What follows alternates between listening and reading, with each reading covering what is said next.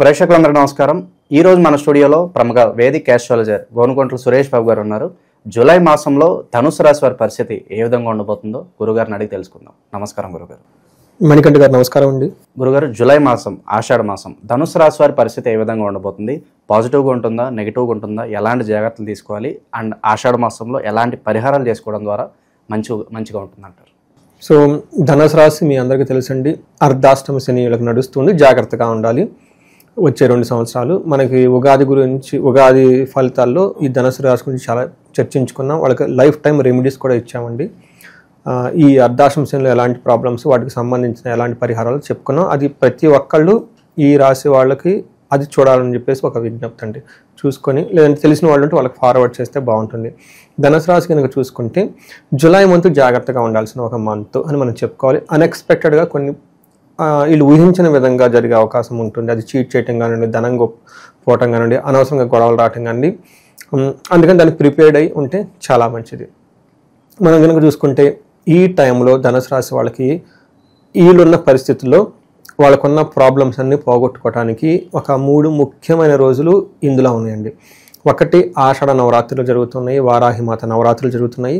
ప్రతి ఒక్కళ్ళు ఈ రాశి వాళ్ళు చేసుకోవడం చాలా చాలా ఇంపార్టెంట్. ఎందుకంటే వీళ్ళకి అర్ధాష్టమ శని బాధలు అయితేనేమండి, తర్వాత వేరే గ్రహాలు కూడా అంత అనుకూలంగా లేకపోవడంతో చేసుకుంటే వీళ్ళకి ఎవరైతే రియల్ ఎస్టేట్ ఫీల్డ్లో ఉన్నారో వాళ్ళు, తర్వాత అగ్రికల్చరల్ సంబంధించిన వాళ్ళు, తర్వాత కోర్టు కేసులు వ్యవహారాలు ఇలాంటి వాళ్ళు ఎవరైనా ఉన్నాకంటే వాళ్ళు, లేదంటే డైవర్సులు రాక ఇబ్బందులు పడుతూ ఉన్నవాళ్ళు అంటారంట. మధ్యలో అది 1 year 2 year 3 year ఆగిపోయి ఉంటాయండి అవన్నీ.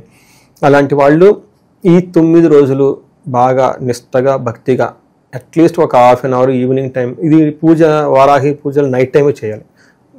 నైట్ టైం చేయాల్సిన పూజలు కనుక చేసుకుంటే ఖచ్చితంగా వాళ్ళకి ఒక మంచి సొల్యూషన్ దొరుకుతుందండి. తర్వాత గురు పూర్ణిమ వీళ్ళకి ఉందండి. అది మనకి జూలై 10వ తారీఖున గురువులకి వీళ్ళకి శుశ్రూష చేయాలి అంటారనమాట. వాళ్ళకి ఆశ్రమాలకి వెళ్ళటం, మెడిటేషన్ చేయటం, చదువు చెప్పిన గురువుల్ని కలవటం. కొంతమంది PhD స్టూడెంట్స్ ఉంటారు, వాళ్ళకి గైడ్స్ అని ఉంటారు, వాళ్ళని కలవటం. లేదంటే వాళ్ళకి కాలేజీలో ఎవరన్నా స్టూడెంట్స్ లేదంటే వాళ్ళకి ఒక హోలిస్టిక్గా ఉండేసి వాళ్ళని కలిసి వాళ్ళ దగ్గర బ్లెస్సింగ్స్ తీసుకుంటే చాలా బాగుంటుంది. దీంతోపాటు నాగ పంచమి ఉందండి. అది మనకి 29వ తారీఖు వస్తుంది. ఈ టైంలో శ్రావణ మాసం అప్పటికి స్టార్ట్ అయిపోయి 5 days అయిపోతుంది.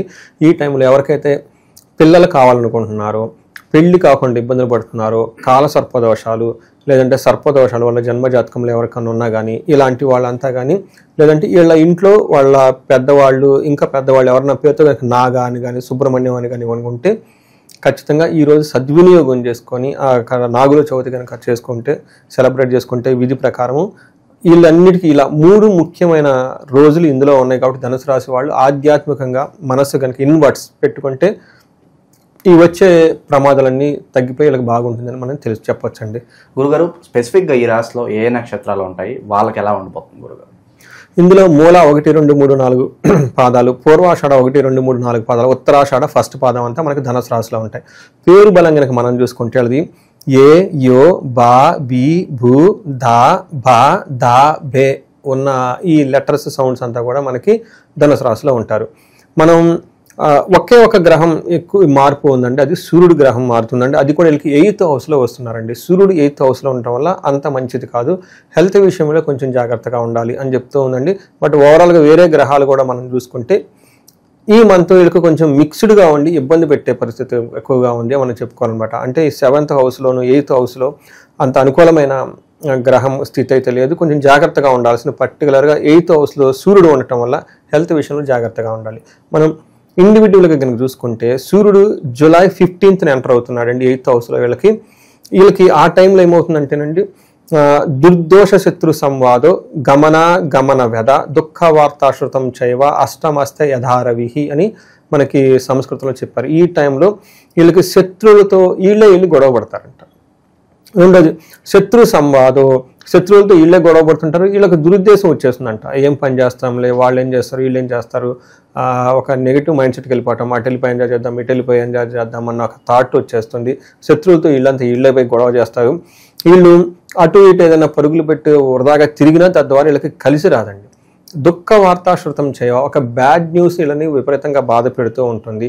ఇది అష్టమంలో రవి ఉంటే వీళ్ళకి జరిగేది. అంతేకాకుండా రెండో ఇంట్లో దృష్టి ఉండటం వల్ల మనీ కోల్పోయే అవకాశం ఎక్కువగా ఉంటుంది. కుటుంబానికి సంబంధించిన మనకేమంటారు బంగారం కానీ, జ్యువెలరీ కానీ, నగలు కానీ ఇలాంటివి పోగొట్టుకునే అవకాశం ఎక్కువగా ఉంటుంది. దానికి సంబంధించిన విషయాల్లో టెన్షన్ పడే అవకాశం ఎక్కువగా ఉంటుంది. కుజుడు వీళ్ళకి 9th హౌస్లో ఉండటంతో అగైన్ అతిగా ఖర్చు పెట్టడం, తర్వాత ఇంట్లో దొంగల ద్వారా భయం, శత్రువుల ద్వారా భయం వచ్చే అవకాశం ఎక్కువగా ఉంటుంది. కుజుడు 9వ ఇంట్లో ఉంటే మనకి ఏం చెప్తారంటే మన సంస్కృతంలో అశనాచ ధన శూన్యం శోషణం దేహపీడనం స్థాననాశ విరోధం చ నవమస్తే యథా ధారాసుతే అని చెప్తారు. 9వ ఇంట్లో ఉండటం వల్ల 11వ ఇంట్లో 4వ ఇంట్లో దృష్టి ఉండటంతో ఇది అంత కుజుడికి మంచి పొజిషన్ కాదు. మనకేం సూర్యుడు మంచిగా లేడు, వీళ్ళకి కుజుడు కూడా మంచిగా లేడు. ఈ రెండు ఇంపార్టెంట్ గ్రహాలు కొంచెం జాగ్రత్తగా ఉండాల్సిన టైం అని మనకి చెప్పుకోవాలి. 9వ ఇంట్లో కేతు కూడా ఉన్నారండి. కేతు ఆధ్యాత్మిక చింతనను ప్రేరేపిస్తారు. కానీ వీళ్ళకి ఏమవుతుందంటే అన్న వస్త్రాదులకు సైతం కటకటలాడే సిచ్యువేషన్స్ వచ్చే అవకాశం ఎక్కువగా ఉంటుంది. శరీరం ఎండిపోయినట్టు ఉంటుందంట, ఒళ్ళు నొప్పులు, బాడీ పెయిన్స్ ఉంటుంది. స్థాన భ్రష్టత్వం, వీళ్ళకి పొజిషన్ ఏదైనా కోల్పోయే అవకాశం కూడా ఎక్కువగా ఉంది. జాబ్ కానివ్వండి, ఇంకోటి కానీ టోటల్గా వృధా ప్రయాణాలు అంటే ఏది విషయం చేసినా కానీ వీళ్ళకి స్లో డౌన్ అయ్యే అవకాశం ఎక్కువగా ఉంది. అయితే వీళ్ళకి కొంచెం ఊపిరి పీల్చుకోవడానికి 5వ ఇంట్లో శుక్రుడు ఉండటంతో అగైన్ భాగ్యం, లక్, ఇప్పుడు దాకా మనం చెప్పుకునే విషయాల్లో ఇబ్బందిగా ఉన్న శుక్రుడు వచ్చేటప్పటికి ఏదో విధంగా సేఫ్ గార్డ్ చేసి ప్రొటెక్ట్ చేస్తూ ఉంటారు అనమాట. 5వ ఇంట్లో శుక్రుడు ఉంటే మనకేం చెప్తారంటే మహర్షులు దాసీభృత్య జనలాభ నిత్య మృష్టాన్న భోజనం ధనధాన్య అభిష్టార్థ పంచమస్తే భవేద్ భృగో అని చెప్తారు. 5వ ఇంట్లో ఉండటం వల్ల లక్ని యాక్టివేట్ చేస్తుంది. వీళ్ళకి ఏమవుతుందంటే పరివార జనాలు కలిగి ఉంటారు. ఇంట్లో ఏదైనా పని చెప్పినా కానీ, వీళ్ళ కింద కోలీగ్స్ ఉన్నా కానీ, ఎంప్లాయీస్ ఉన్నా, వీళ్ళకి పని చెప్తే వెంటనే టక్కగా అని చెప్పేసి రెస్పాండ్ అవుతూ ఉంటారు. తర్వాత ప్రతిదినము చక్కగా భోజనం చేస్తూ ఉంటారు. ధనము ధాన్యము ఉండి సమృద్ధిగా ఉండి ఉత్సాహంగా ఉంటారు. ఇష్టమైన పనులు కనుక చేస్తే అందులో లాభం అయితే ఉంటుందండి. వీళ్ళకి లాభం ఉంటుంది. ఓవరాల్ కనుక చూస్తే సుఖంగా ఉంటారు అని మనకి ఇదేమంటారు, మనకి మంత్ ఎండ్ మూవీలో శుభం కార్డు పడినట్లు ఎన్ని ఇబ్బందులు క్లైమాక్స్ మీకు హ్యాపీ ఎండింగ్ ఉండే మంత్ అని మనం చెప్పుకోవాలి. గురుగారు, ఈ రాశిలో ఏ నక్షత్రాలు ఉంటారు, పర్టికులర్గా వాళ్ళకి ఎలా ఉండబోతుంది? సో మీరు చెప్పిన ఇందులో మూల, పూర్వాషాఢ, ఉత్తరాషాఢ నక్షత్రాలు ఉంటాయండి. మూలా నక్షత్రం వాళ్ళ కనుక చూసుకుంటే ప్రమోషన్స్ వచ్చే అవకాశం ఎక్కువగా ఉందండి. ఫస్ట్. రెండోది వాళ్ళకి నెగిటివ్ చూసుకుంటే అతిగా భయపడతారు, దరిద్రము, ఫైనాన్షియల్ క్రైసిస్ ఉంటుందండి. రెండోది పూర్వాషాఢ నక్షత్రం వాళ్ళకి రాజ్యలాభం, ప్రమోషన్స్ వచ్చే అవకాశం ఎక్కువగా ఉంటుంది. అతిగా భయపడతారు, రోగం, హెల్త్ కాంప్లికేషన్స్ ఉంటుంది, ఫైనాన్షియల్ క్రైసిస్ అయితే ఫేస్ చేస్తారు. ఉత్తరాషాఢ నక్షత్రం వాళ్ళకి వీళ్ళకి రాజ్యలాభం ఉంది, చక్కగా ప్రమోషన్స్ వచ్చే అవకాశం ఎక్కువగా ఉంది. ఇది కూడా బుధుని వల్ల. విష్ణుమూర్తిని వీళ్ళకి విజిట్ చేస్తే చాలా చక్కగా ప్రమోషన్స్ ఇంకా ఎక్కువ వచ్చే అవకాశం ఎక్కువగా ఉంటుంది. హెల్త్ ప్లస్ ఫైనాన్షియల్ క్రైసిస్ రెండు ఫేస్ చేసే అవకాశం ఈ రాశి వాళ్ళకి ఎక్కువగా ఉందండి. ఇవి కాకుండా మూల, పూర్వాషాఢ, ఉత్తరాషాఢ నక్షత్రం వాళ్ళకి లత్త అనే ఒక కాన్సెప్ట్ ఉంటుందండి. గాయాలయ్యే అవకాశం ఎక్కువగా ఉంటుంది. ఇది కూడా జూలై ఫస్ట్ వీక్లో మూల వాళ్ళకి, పూర్వాషాఢ వాళ్ళకి సెకండ్ వీక్లో, ఉత్తరాషాఢ నక్షత్రం వాళ్ళకి లాస్ట్ వీక్లో. ఎందుకంటే సన్ మూవ్ అవుతూ ఉంటాడు కదండి, మూవ్ అయ్యకుండా లత్త పెరుగుతూ ఉంటుంది కాబట్టి వీళ్ళకి అన్ఎక్స్పెక్టెడ్గా జరిగే అవకాశం ఎక్కువగా ఉంది. కొంచెం జాగ్రత్తగా ఉండాల్సిన టైం ఉందండి వీళ్ళకి. గురుగారు, అర్ధాష్టమ శనిలో ఉన్నారు. సో మరి ఎలాంటి పరిహారాలు చేసుకుంటే కాస్త శని నుంచి వీళ్ళు రిలీఫ్ పొందొచ్చు అంటారు? ఇది వీళ్ళకి ఫస్ట్ మనం బిగినింగ్లో చెప్పుకున్నట్టు ఆషాఢ నవరాత్రులు ఉన్నాయండి, గురు పూర్ణిమ ఉంది. ఇవి మంచి రోజులండి. మీరు నాకు డబ్బులు కన్సల్టేషన్ పెట్టి ఫీజు తీసుకున్నా నేను ఏ రెమెడీ చెప్పేది, టు బి ఫ్రాంక్. అయితే కొంతమందికి విపరీతంగా భార్యాభర్తల మధ్య చాలా ప్రాబ్లం ఉంటుంది. అందులోని ఈ రాశి ధనుసు రాశి వాళ్ళ ఇంట్లో గనక వేరే ఏళ్ళనాటి శని నడుస్తున్నా, అష్టమ శని నడుస్తున్నా ఉంటే ఇంకా ప్రాబ్లమ్స్ ఎక్కువగా ఉంటాయండి. నేను చాలా బాగా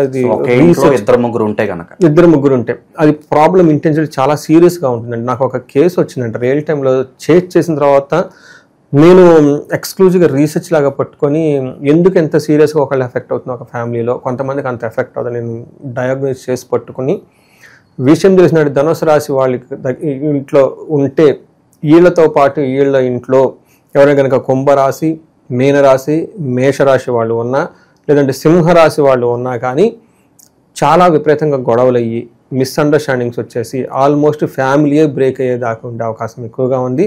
అందుకని ఇమ్మీడియట్గా ఈ రాశి వాళ్ళు వేరే వాళ్ళ హారోస్కోప్లు కూడా చెక్ చేయించుకొని ఒకటికి 2 సార్లు అండర్స్టాండింగ్ ఉండాలి. ఓకే, నాకు ఇది ఉంది, నాకు ఇది ఉందని తెలుసుకోవటం, అవేర్నెస్ చాలా ఇంపార్టెంట్ వీళ్ళకి. ఓకే, నాకు గ్రహస్థితి బాగలేదు కాబట్టి సరే నేను పేషెన్సీగా ఉండాలి. మా ఇంట్లో అవతల వాళ్ళకి కూడా లేదు, ఇద్దరం జాగ్రత్తగా ఉండాలి. అంతే కదండి. ఇప్పుడు భార్యాభర్తల మధ్య గొడవ ఎందుకు వస్తుందంటే ఒకళ్ళు సీరియస్ అయినప్పుడు ఒకళ్ళు లైట్గా తీసుకోవాలి. ఎందుకు బాధపడితే ఏం చిల్లీ విషయాలు ఫన్నీగా తీసుకుంటే అప్పుడు అక్కడ పోతుందండి. ఏదైనా ఇన్సిడెంట్ జరిగినప్పుడు వీళ్ళు సీరియస్గా తీసుకొని అవతల వాళ్ళు సీరియస్గా తీసుకొని ఇది నీ వాళ్ళని వాళ్ళని, ఇది నీ వాళ్ళని నీవని, ఇలా అలా వెళ్ళిపోతుంది. అది నెగిటివ్ డైరెక్షన్లోకి వెళ్ళిపోతుంది. అందుకని ఈ అవేర్నెస్ చాలా ఇంపార్టెంట్ అండి. 2-3 టైం రియల్ టైంలో కూడా బాగా బాధపడుతున్నాను వాళ్ళకి ఇమ్మీడియట్గా ఇంట్లో వాళ్ళే మొత్తం హారోస్కోప్లు చెక్ చేయించుకోమని చెప్తూ ఉంటాను. అప్పుడు అప్ టు చాలా నెగిటివ్గా వెళ్ళిపోయి ఫ్యామిలీలు కొలాప్స్ అయిపోయినాయి, చాలా చూశానండి. సో అది ఒకసారి చెక్ చేసుకుంటే చాలా బాగుంటుందండి. 2 మనకి ఇప్పుడు చెప్పుకున్న విధంగా ఆషాఢ నవరాత్రులు ఉన్నాయి, గురు పూర్ణిమ ఉంది, ఇవన్నీ చక్కగా చేసుకోండి. వీటితో పాటు ఎవరికైనా గనక ఫ్యామిలీలో డిస్టర్బెన్స్ ఉంటే అన్యోన్య దాంపత్యం చేసుకోవచ్చు. పెళ్లి కాని వాళ్ళు ఎవరైనా గనక ఉంటే అఘోర గౌరీ పాశుపత అభిషేకం, ఎవరికైనా హెల్త్ బాగలేకపోతే మృత్యుంజయ పాశుపత అభిషేకము, లేదంటే ఇంకా కొంతమందికి జాతకంలో డిస్టర్బెన్స్ ఎక్కువగా ఉంటుంటే డైవర్సుల దాకా వెళ్ళిపోయి ఉంటే వాళ్ళకి జాతకాలు చూపించుకొని అందులో కుజ దోషాలు ఏమైనా ఉన్నాయా, లేదంటే రాహుకేతుల దోషాలు ఏమైనా ఉన్నాయా, అవన్నీ చూపించుకొని అవన్నీ క్లీన్ చేయించుకుంటే ఆ గ్రహ దోషాలకు సంబంధించిన పూజలకు చేయించుకుంటే బాగుంటారండి. ఓవరాల్గా ధనుసు రాశి వాళ్ళకి ఈ జూలై మాసంలో వీళ్ళకి ఎలాంటి పరిస్థితులు ఉంటాయి, ఎలాంటి రెమెడీస్ చేసుకోవాలి, మీ మాటలు అద్భుతంగా వివరించారు. ధన్యవాదాలు. ధన్యవాదాలండి.